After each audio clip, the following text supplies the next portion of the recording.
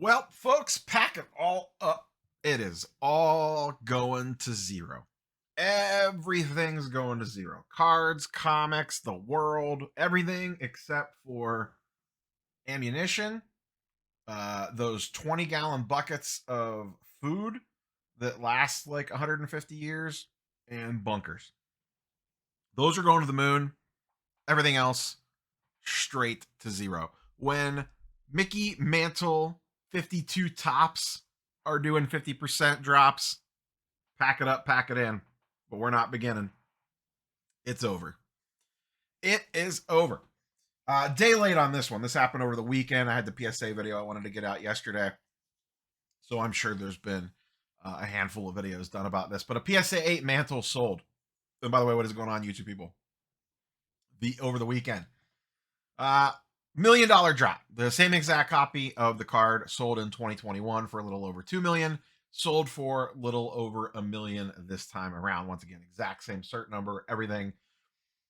This one is a little nicer looking than some previous sales, is what the vintage folks tell me and the Twitter comments. Because there was one before this is sold for, I think, just under $1 million. But the centering wasn't as good on that one, or the eye appeal wasn't as good. And, you know, everything's gone down. Nothing is immune, even 52 mantles. So what does this all mean? Oh my goodness, we all need to make our reaction style videos to all this. The market's done, the market's crashed. Jeff Wilson did a big video on Sunday that a lot of people have been talking about, that it's all over. Yeah, sure. What this tells me is I have been preparing to zag. I am looking to buy. Not yet, but I am preparing. I sent out a tweet the other day that like a CGC 25 Uncanny X-Men #1 got listed for like $6,000. And that is now getting to the point where it's on the verge of attainable. Like I could swing that if I really wanted that particular copy. It wasn't a great looking 2.5 to be fair, but still, like, things that I thought I would never be able to acquire, or that would take me a very long time to acquire, are now creeping down into the range of I might be able to pull the trigger on that. And 52 mantles aren't immune. I mentioned X-Men #1. I was curious. I just pulled up the GPA on an X-Men #1, and 8.5 sold in 2021 for $115,000. That book is now down to $60,000. That's AF-15 is probably the ultimate, at least Marvel grail. But X-Men 1 is pretty high up there, and even that is down almost 50%, or just about 50% from its all-time highs. Talking about the 2.5 that I noted earlier, 2021, that was an $11,000 comic book. It is now down to $6,000. 3.0's down to 7. That was at 12,000. Just to kind of put some of this stuff in perspective, and that's low grade. Low grade's usually a little bit more aggressive on the drops. So, what?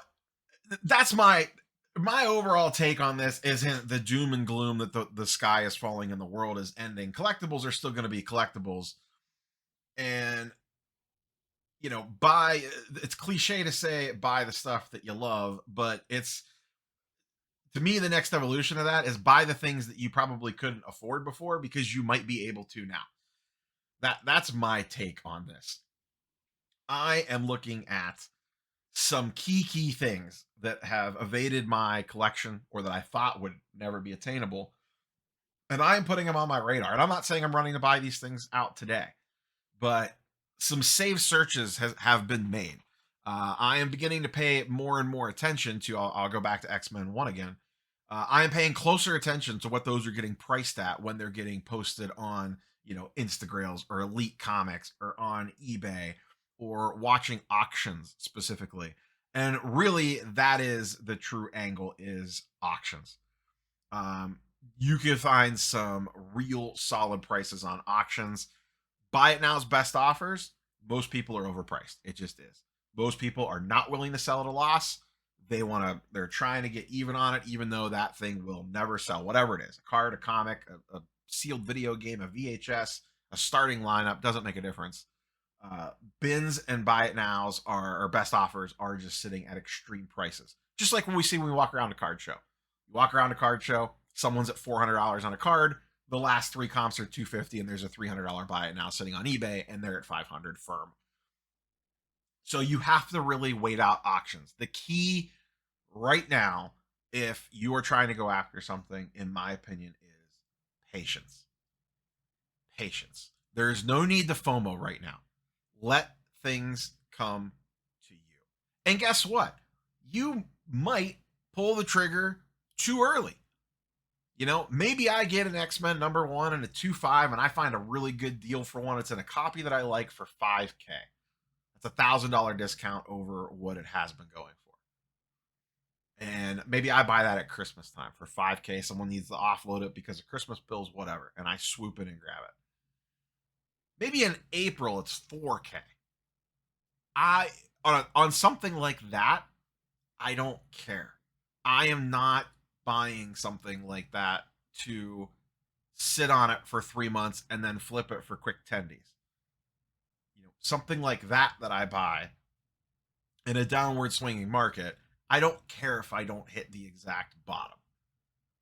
If in 20 years, when I go to sell that to pay for a bed in an assisted living facility or something crazy, and I guess that would be 25 years, hopefully, God willing, and I go to sell that to pay for retirement or something, am I going to care if it was $4,000 or $5,000 when I bought it in 2023 and I'm going to resell it in 2065? And who knows what it is then, if we're even all still here, or I'm cracking it out of the case to start a fire in a nuclear winter. I don't know that it matters that much. If you have a long-term time horizon. Now, obviously, listen, shit's going to happen. Life's going to get in the way. All these things that we buy that we're saying we're taking to the grave with us. One bad decision or one twist of fate, and your world gets turned upside down. And next thing you know, you need to sell stuff that you weren't planning on selling. Sure, that could absolutely happen. If things go relatively according to plan, the items that I am talking about, that I am looking at, are items that I would carry with me, at least in theory, for a while. And you are starting to see more and more of these shake out by the day. As time passes, I am seeing rarer and rarer collectibles that I don't typically see hit the market, hitting the market. People are beginning to feel the pain, even if you're not in your own personal life. I'm lucky enough that I still have some expendable income to spend on dumb stuff. So I am still able to do that.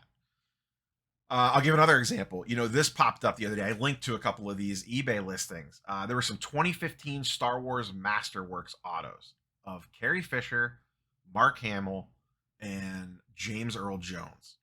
These are on-card autos. These never come to market. And one guy was selling his entire high-end Star Wars collection on eBay. He had a ton of other stuff too, but those were the three that really stood out to me. And you never see those come up. And they were in pretty good. The autos were clean on them. They were like 8s and 9s. They were pretty beat up, but the autos were super clean on them. You never see cards like that come up. And I was poking around on those, honestly. If I could have snagged 2 out of the 3, I was specifically going to gun for the Carrie Fisher and the James Earl Jones. They still went a little higher than I was comfortable with. The Luke went for like $5K. I think the Carrie Fisher went for $2K or a little over $2K, and the James Earl Jones went for like $1,600 or $1,700. So there are things like that every day that I am seeing more and more, especially in the niche-based markets. I've seen some Marvel stuff come up that I'm just like, oh, okay, that came to market. Never usually see that.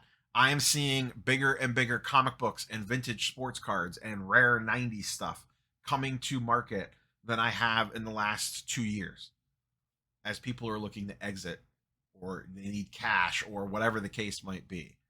And yeah, are things going down? Does it suck right now? Does it suck when I pull up Market Movers and the cards that I've had since the pandemic, like my LeBron refractors and stuff, are deep in the red?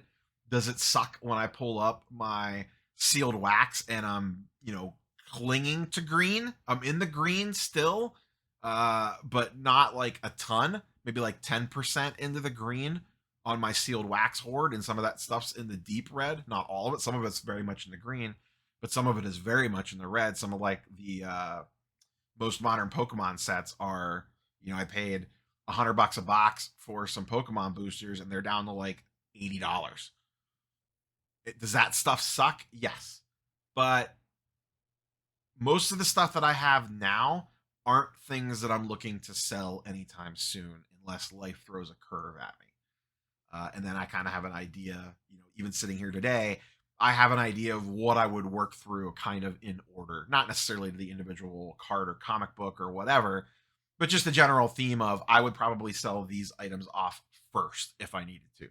This batch of stuff would go next, this batch of stuff would go after that, and this batch after that. But my big takeaway from all the doom and gloom, everything's going to zero, this all sucks, yada, yada, yada. And I get it. It does. Like I said, I'm right there with you on a lot of my cards. I am deep into the red on some LeBron refractors. But I'm taking the opposite approach. I am looking for items that I thought were no longer attainable that now are slipping into that grasp, and some rare items that don't typically come to market that maybe you can pounce on. I don't know if you're going to be able to, I don't feel great about buying those now and selling them in a year or two and maybe making a profit on it. It's not like that anymore.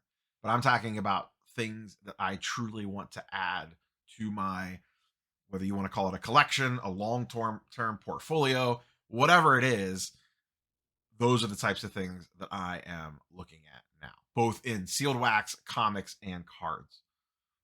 All of the above, just to kind of see what falls in. And I mentioned this on the Sunday video. Black Friday is coming up. I have a feeling there are going to be some deals on sealed wax. Now, if you buy in the sealed wax, especially modern sealed wax, especially TCG, mostly looking at you, Pokemon, I think there's going to be some really good deals on modern Pokemon wax. I think if you buy it, you're going to have to sit on it for a while. But I think if you're willing to do it and you have the patience, might not be the worst idea in the world. There'll be other things like that. In addition to, like I said, rare items, X-Men ones, Star Wars autos, mantles, so on and so forth. I am still mostly focused on the non-sport comic book side. I am really starting to swing back into big comic books. I was into it, made a bunch of purchases at Charlotte, and now, kind of left my radar. We moved into the National. And now that we're moving into the end of the year, I am looking at Black Friday wax and comics. Those are kind of the things that I have now circled back into again. I won't say no to a sports card deal that comes across my plate either if it makes sense, but those are where my areas of focus are. So yes, everything's going to crap, but that doesn't mean there aren't good deals to be had if it's something that you truly, truly want. That's all I got for you, boys and girls. Catch you on the next one. Peace.